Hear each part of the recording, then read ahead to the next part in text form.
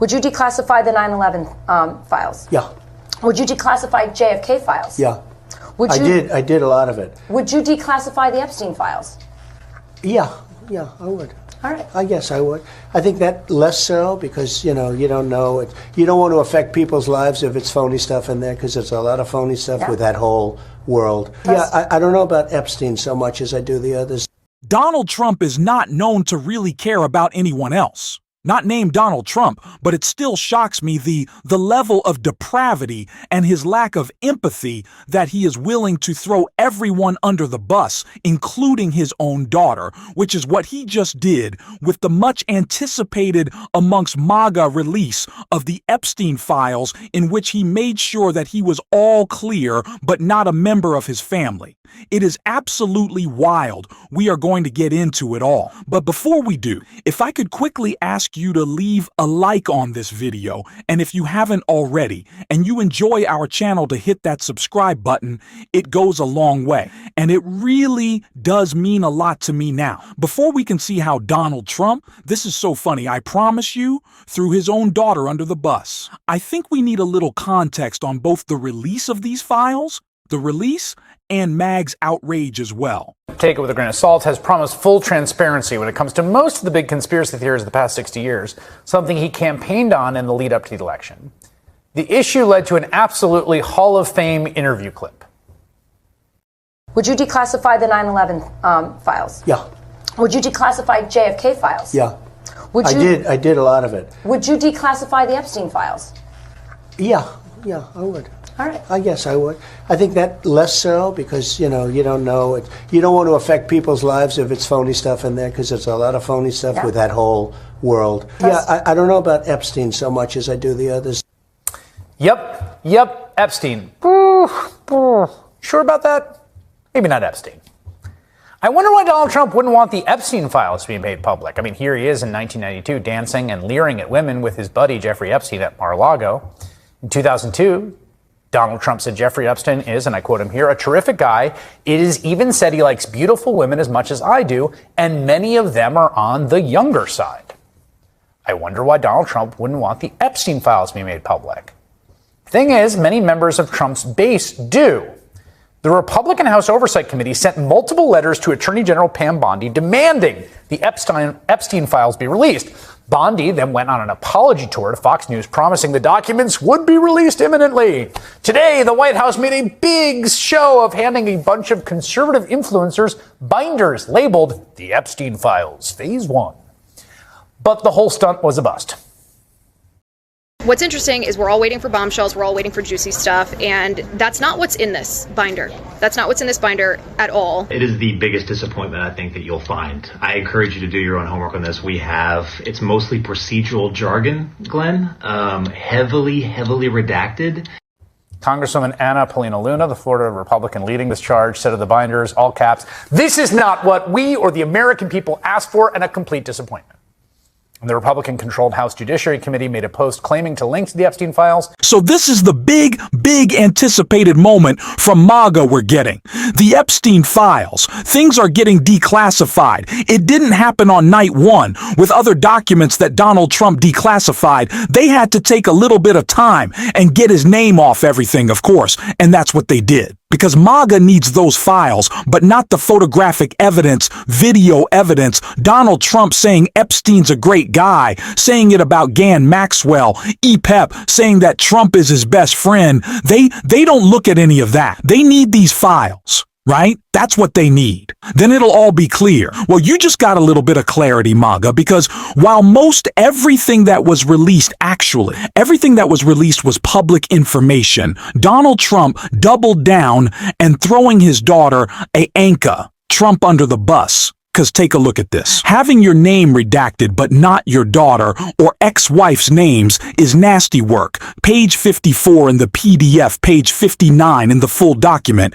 And what we see on this log, if you look in the bottom right, there is Ivana Trump and Ivanka Trump's name in the much anticipated Epstein files. Oh my gosh, it just like, it never ceases to amaze me how little he cares about anyone else. Of course, Donald Trump scrubbed everything that had him involved, but his daughter and his ex-wife, who's a golf course, by the way, they're thrown under the bus. Or, I guess, for Ivana, thrown under the whole seven. Maybe it's a nice par four. He is the worst person in the world.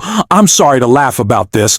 I just think it's kind of funny that he threw a bonka under the bus. But yeah, this whole thing is a joke. They don't care. They've made a joke out of it. Is a serious situation about an evil person. And they think it's funny. That's MAGA. They don't care. And this also represents the theme of Trump's presidency. Promises made, the promises immediately broke. Immediately breaking those promises right away. Not a shock, though, not a shock from Donald Trump. He continues to do that. One of the big promises, remember, lowering prices, stopping inflation. Yeah, well, the opposite has happened, as Donald Trump has put more money, his pockets. Take a listen to Bernie Sanders right here. Welcome back, and joining me now is Independent Senator Bernie Sanders of Vermont. Senator Sanders, welcome back to Meet the Press. Great to be with you. It's wonderful to have you back, Senator. Let me start with Ukraine and that Oval Office meeting. The reaction continues to pour in, and you just heard me speak with House Speaker Mike Johnson. He left the door open to the possibility that it may be necessary for President Zelensky to resign in order to get to a broader peace agreement. Let me ask you this question. Do you think that President Zelensky needs to resign in order for there to be a peace deal? I think that is a horrific suggestion. Zelensky is leading a country trying to defend democracy against an authoritarian dictator, Putin, who invaded his country. And I think millions of Americans are embarrassed, are ashamed that you have a president of the United States who says that Ukraine started the war, that Zelensky is a dictator. He's got it exactly backwards. The people of Ukraine have lost tens of thousands of soldiers. Their cities are being bombed as we speak. And our job is to defend the 250-year tradition that we have of being the democratic leader of the world, not turn our backs on a struggling country that is trying to do the right thing. And we will continue to follow that, of course, Senator. We have a lot to get to, so I'm going to talk about budget cuts and switch topics here so we can get to that as well. You heard Speaker Johnson argue that there's massive amounts of waste, fraud, and abuse in entitlement programs like Medicaid, Medicare, Social Security. In fact, the Government Accountability Office does say that both Medicare and Medicaid made more than $100 billion in payment errors in 2023. Let me ask you, Senator, Democrats were in charge for 4 years. Should the Democratic Party have done more to address some of those issues with the insolvency of our entitlement programs? And Trump was in power 4 years before that. Look, if there is waste and fraud in the Defense Department, which is the largest single budget item that we fund, which has not been able to fulfill an independent audit in the last 7 times, where there's massive waste and fraud. We should go after waste, fraud, and abuse in every agency of government. There's no argument about that. But let us be very clear. What Republicans are trying to do right now is to make massive cuts in Medicaid, over $800 billion, cuts in nutrition programs which feed hungry children. Why are they doing that? Because they want to be able to use those savings to provide over $1 trillion in tax breaks for the richest 1%, for the Elon Musks and the Zuckerbergs and the Bezoses of the world. In my view, you don't take food away from children, health care away from struggling people to give tax breaks to billionaires. Do we go after waste and fraud in every agency of government? Yes, we do. Well, let me ask you about Social Security. And you raise Elon Musk, Senator, so let me follow up with you on this very point, because he's made some very pointed comments about Social Security. I referenced it earlier in the broadcast. This was to Joe Rogan. I'd like you to hear it and get your reaction on the other side. Take a look. Social Security is the biggest Ponzi scheme of all time. Basically, people are living way longer than expected.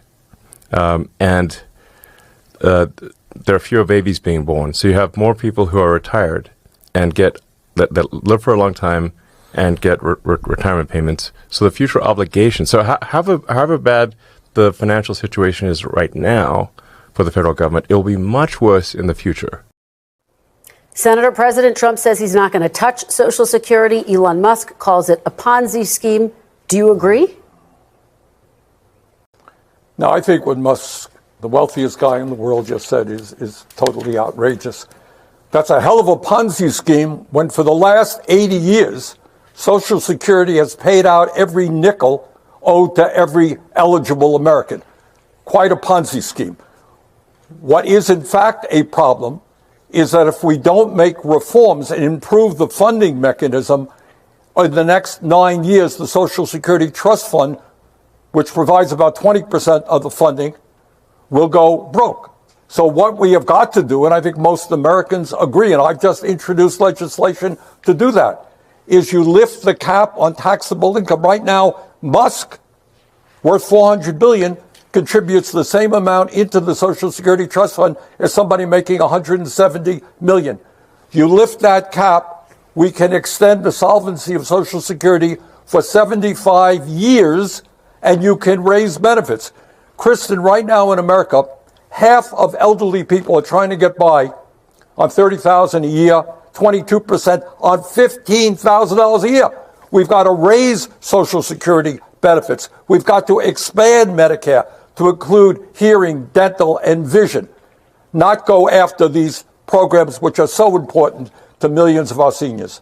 I want to talk about what you have been doing recently, Senator. You've been crisscrossing the country, talking about warning of what you say is an oligarchy in the United States. We're seeing some video of that right here.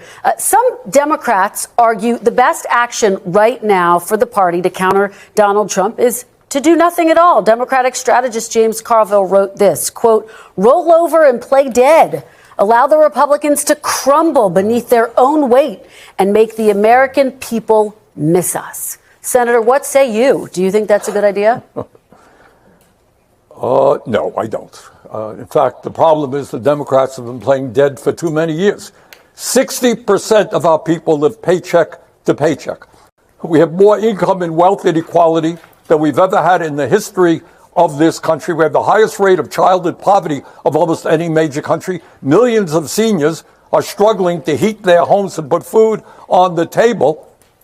I don't think you play dead. I think you stand up for the working class of this country and make the point that right now the Trump administration is clearly an administration designed to represent the interests of the Musks of the world. 13 of the people that he nominated to head agencies are billionaires.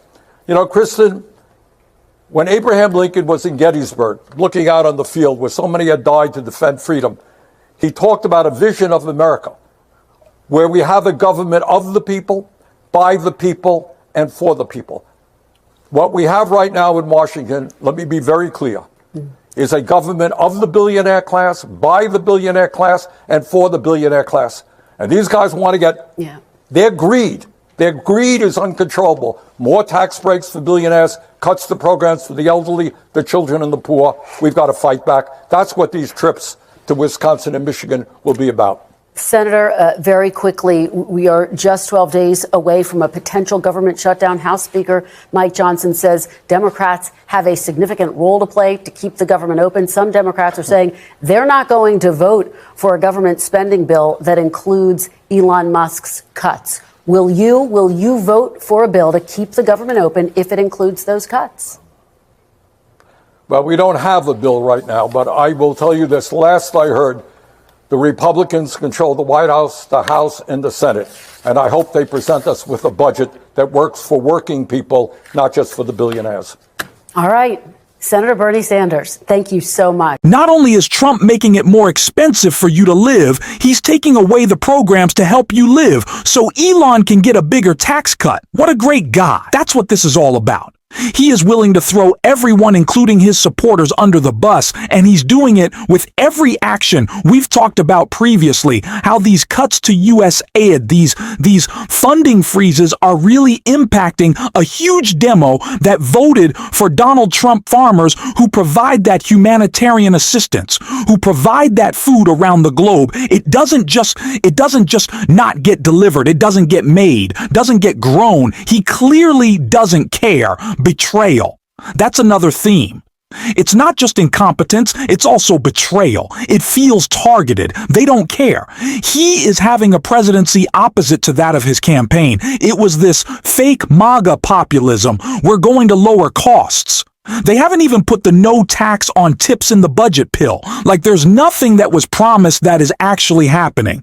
You got Gulf of America, I guess, but that's not going to make the eggs cheaper. Hopefully MAG has learned their lesson. Really hope. So, and if they haven't, we're going to keep talking about it until they do. And if you want to support that, as always, you can hit that subscribe button. You can leave a like on this video, and if you stuck around at the end, you can drop a blue heart in the comments. And until next time, I'll see you soon.